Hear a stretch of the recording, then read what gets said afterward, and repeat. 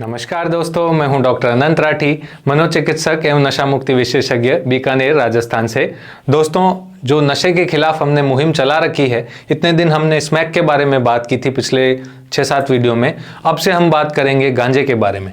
जी हाँ दोस्तों, ये एक जो नशा है, ड्राई नशा, वो हमारे समाज में सुरसा के बदन की भांति बहुत तेजी से बढ़ रहा है। खास तौर से यंगर पॉपुलेशंस में, जो स्टूडेंट वर्ग है उसके अंदर, चाहे वो किसी कॉलेज के स्टूडेंट हो, और अब तो देखने में आया है कि 10th 11th के बच्चे भी गांजे के नशे को करने लग गए हैं। गांजा क्या होता है दोस्तों? गांजा जो है वो एक प्लांट से मिलता है, जिस प्लांट का नाम है कैनबिस सटाइवा। ठीक है, तो इस प्लांट के अलग अलग पार्ट से अलग अलग नशे की चीज़ें बनाई जाती है।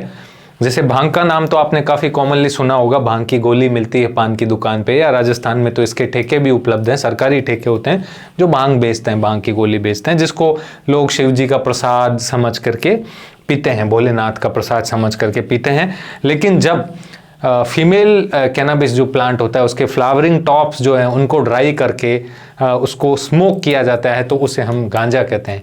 गांजे को कैसे स्मोक करते हैं दोस्तों? या तो ये लोग क्या है, बटर पेपर के अंदर उस गांजे को रोल करते हैं।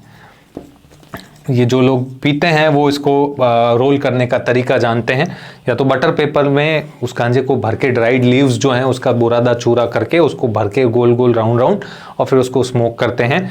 सेकंड जो तरीका है वो एक सिगरेट को खाली करते हैं, सिगरेट में से टोबैको निकाल लेते हैं, फिर उसके अंदर उस गांजे को मिक्स करते हैं और फिर उसको वापस सिगरेट के अंदर भर के और फिर इसको स्मोक करते हैं। तो ये तरीका है गांजा पीने का। ठीक है, ये बड़ी तेजी से आज की डेट में बढ़ रहा है, क्योंकि छोटी छोटी थैलियों के अंदर ड्राइड पाउडर जेब में कहीं भी छुपा करके बच्चे ले जाते हैं अपने घर पे, उनके बैग में पड़ा रहता है, और बटर पेपर पे किया, स्मोक किया और फेंक दिया, कोई नामो निशान भी नहीं बचता है। और नशा इनको जो मिलता है वो, उसके बारे में हम आगे बात करेंगे। चरस जो होता है वो एक गोल ऐसी लुगदी का सा बना हुआ, थोड़ा ऑयली सा होता है, जिसको हाथ से ऐसे प्लांट के जो प्रोडक्ट्स हैं उसको रगड़ के उसके एकदम ऑयल का कॉन्सेंट्रेट बनाया जाता है। काला सा डली जैसा होता है, उसको बोलते हैं चरस। थर्ड जो है हैश, इसमें भी जो है वो मीन्स थोड़ा सा सेमी सॉलिड टाइप सा, जेल टाइप सा ही होता है, जिसको भी लोग स्मोक करते हैं, सिगरेट के साथ स्मोक करते हैं। तो इनमें क्या है, जैसे गांजा जो है इसके अंदर जो एक्टिव इंग्रेडिएंट होता है कैनबिस का, डेल्टा 9 टेट्राहाइड्रोकैनोबिनॉल, जिससे कि नशा महसूस होता है, वो जैसे गांजे में जो है वो 5 से 6% होता है, लेकिन चरस में इसकी मात्रा बढ़ के 12 से 15% हो जाती है। हैश में इसकी मात्रा लगभग 40% तक हो जाती है।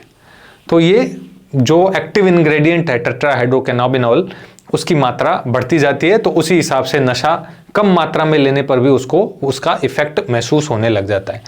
तो इसका असर कब आता है दोस्तों? जब भी इसको कॉमन भाषा में जो लोग बाग हैं वीड भी कहते हैं या जॉइंट भी कहते हैं, कुछ जगहों पे अलग अलग नाम होते हैं। तो जैसे ही कोई गांजा पीता है, इनमें सबसे कॉमनली गांजा ही चलता है, गांजा पीता है, उसके 30 मिनट्स के अंदर उसको महसूस होने लगता है कि कुछ उसने नशा किया है। फिर ये कब तक रहता है शरीर के अंदर, डिपेंड करता है कि कितनी मात्रा में उसने नशा किया। लगभग 2 से 4 घंटे में उसका नशा उतरने लगता है, अगर उसने थोड़ी मात्रा में किया, और अगर बहुत ज़्यादा मात्रा में किया, इंटॉक्सिकेशन वाली स्थिति तक आ गई है, तो उसको कई बार 12 से 14 घंटे भी लग जाते हैं उस नशे को शरीर से निकलने में। तो क्या इसका हम पता कर सकते हैं कि हमारे परिवार में कोई इस तरह का नशा कर रहा है? जी हाँ दोस्तों, उस व्यक्ति के यूरिन टेस्ट से हम पता कर सकते हैं कि उसने कभी गांजा, भांग या चरस, हैश ये लिया है क्या। 2 से 4 हफ्ते पहले तक भी अगर उसने कभी नशा किया है, तो उस व्यक्ति के यूरिन में इसके बाई प्रोडक्ट्स मिलते हैं। उस तरह हम पता कर सकते हैं कि ये व्यक्ति नशा कर रहा है क्या। अब देखते हैं कि जब कोई व्यक्ति गांजा पीता है तो उसके शरीर पर क्या असर होता है। मान लो उस व्यक्ति ने पहली बार गांजा पिया और उसने थोड़ा सा ही गांजा पिया, तो क्या होगा, 2 संभावनाएं होती है, जिसको एक तो ये जो गांजा नशा करते हैं वो कुछ लोग इसे good trip and bad trip, ऐसी 2 बात बोलते हैं। गुड ट्रिप में क्या होता है, उनकी बॉडी रिलैक्स हो जाती है, रिलैक्स्ड फील करते हैं, टेंशन फ्री फील करते हैं, उन्हें लगता है कि दिमाग हल्का हो गया, कुछ बोझ दिमाग पे रहा ही नहीं, स्ट्रेस फ्री हैं। एक होता है बैड ट्रिप, कुछ लोग इसमें बैड ट्रिप पे चले जाते हैं, मतलब उन्हें बहुत तेज घबराहट महसूस होने लगती है गांजा फूकने के बाद, या उनकी धड़कन बहुत तेज हो जाती है, दिल यूं धड़क धड़क धड़क धड़क धड़क धड़क यूं, ऐसा वो बताते हैं कि मेरे को यूं लग रहा था कि मेरा दिल जो है वो बाहर आ जाएगा, इतना तेजी से वो धड़क रहा है। तो ये धड़कन बढ़ती है और बढ़ती हुई धड़कन के साथ साथ उन्हें बहुत तेज घबराहट महसूस होती है, डरने लगते हैं वो, इसको वो बैड ट्रिप कहते हैं। तो कुछ लोग गुड ट्रिप पे चले जाते हैं, कुछ लोग बैड ट्रिप पे चले जाते हैं अगर थोड़ा बहुत अमाउंट में गांजा लिया है तो। लेकिन अगर गांजा ज्यादा मात्रा में लिया या कॉन्सेंट्रेट लिया, जैसे हैश लिया, अब इसका इफेक्ट आने में 30 मिनट्स लगने, लेकिन 30 मिनट्स तक उसने वेट नहीं किया कि अरे यार कुछ मज़ा ही नहीं आया, कुछ फील ही नहीं हो रहा, वापस एक बार और ले लेता हूँ, एक बार और ले लिया, फिर एक बार और ले लिया, तो ये क्या होगा, ऐसी स्थिति में बार बार लेने पे वो व्यक्ति जाएगा इंटॉक्सिकेशन वाली फेज में।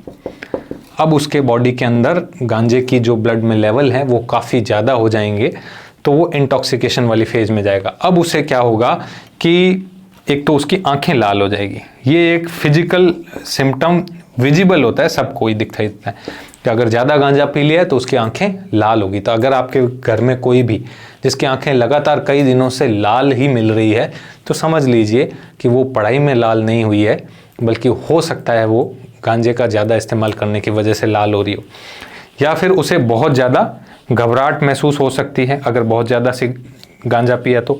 दिल की धड़कन जो है वो बहुत तेज हो जाती है, उसे डर लगने लगता है कि मेरे को शायद पता नहीं क्या हो जाएगा, उसकी प्यास बढ़ जाती है, बहुत सा पानी पीता है वो, भूख बढ़ जाती है, वो मीठा खाने की बहुत इच्छा होती है उसकी, मीठा खिलाते रहो उसको, मीठा मांगने लगता है। तो ये कुछ ऐसे सिम्टम्स हैं जो गांजे के इंटॉक्सिकेशन के हैं। आंखें लाल हो जाना, बहुत ज़्यादा घबराहट महसूस होना, बेचैनी महसूस होना, दिल की धड़कन तेज हो जाना, भूख लगना, प्यास लगना, तड़पते रहना, तो ये कुछ इंटॉक्सिकेशन के सिम्टम्स हैं कि इन्होंने बहुत ज़्यादा मात्रा में गांजा पी लिया है। अब इसमें क्या होता है, कई बार कुछ लोगों को जो गांजा पीते हैं उनको एक फिनोमिना होता है जिसे हम कहते हैं डीपर्सनलाइजेशन एंड डी रियलाइजेशन। इसमें क्या होता है, ये हर एक को नहीं हो, ऐसा नहीं होता कि हर सिम्टम या हर चीज़ हर व्यक्ति में मिलेगी, किसी में कुछ किसी में कुछ मिलता है।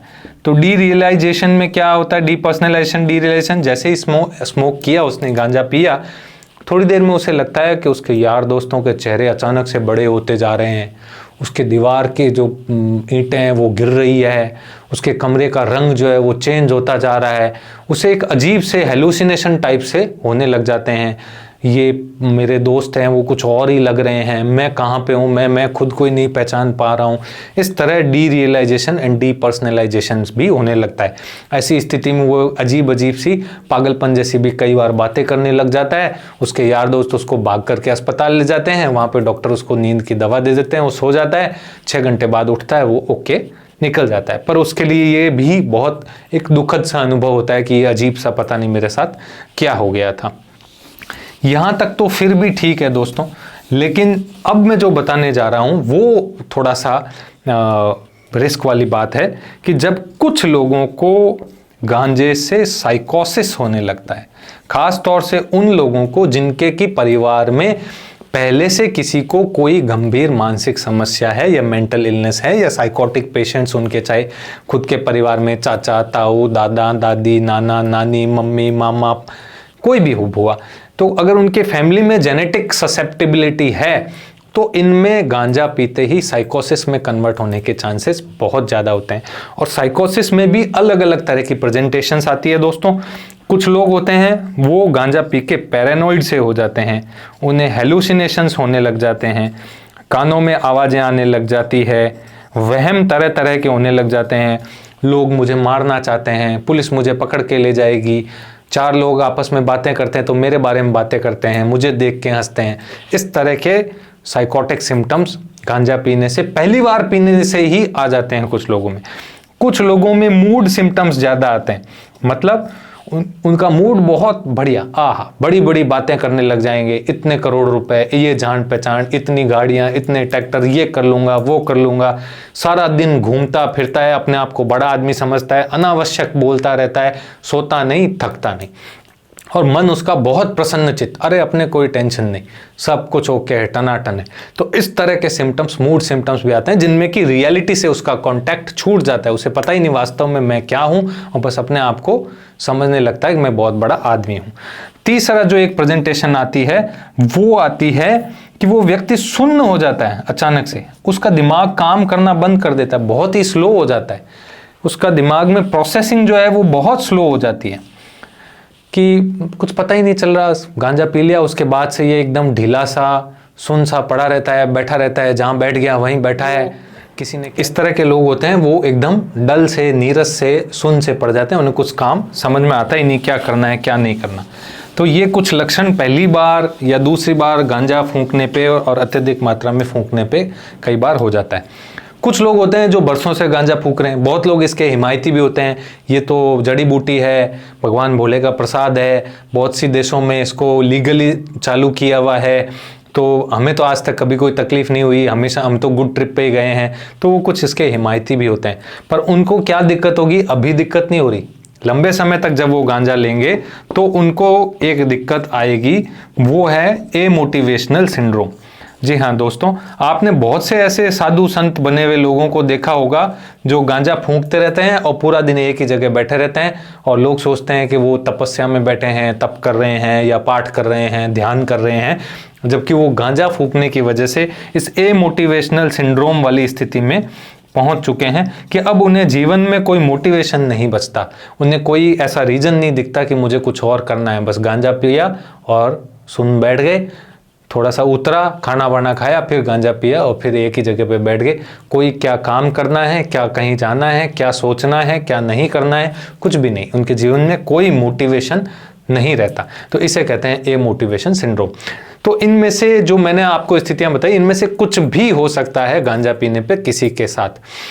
आशा करता हूं आपको मेरा वीडियो पसंद आया होगा। मेरे वीडियो को ज़्यादा से ज़्यादा शेयर कीजिएगा, और मुझसे अगर ऑनलाइन कंसल्टेशन लेकर के नशा छोड़ने के बारे में आप जानकारी लेना चाहते हैं तो जो स्क्रीन पे नंबर दिए गए हैं उस पर कॉल या व्हाट्सएप करके जानकारी प्राप्त कर सकते हैं। जय हिंद, जय भारत।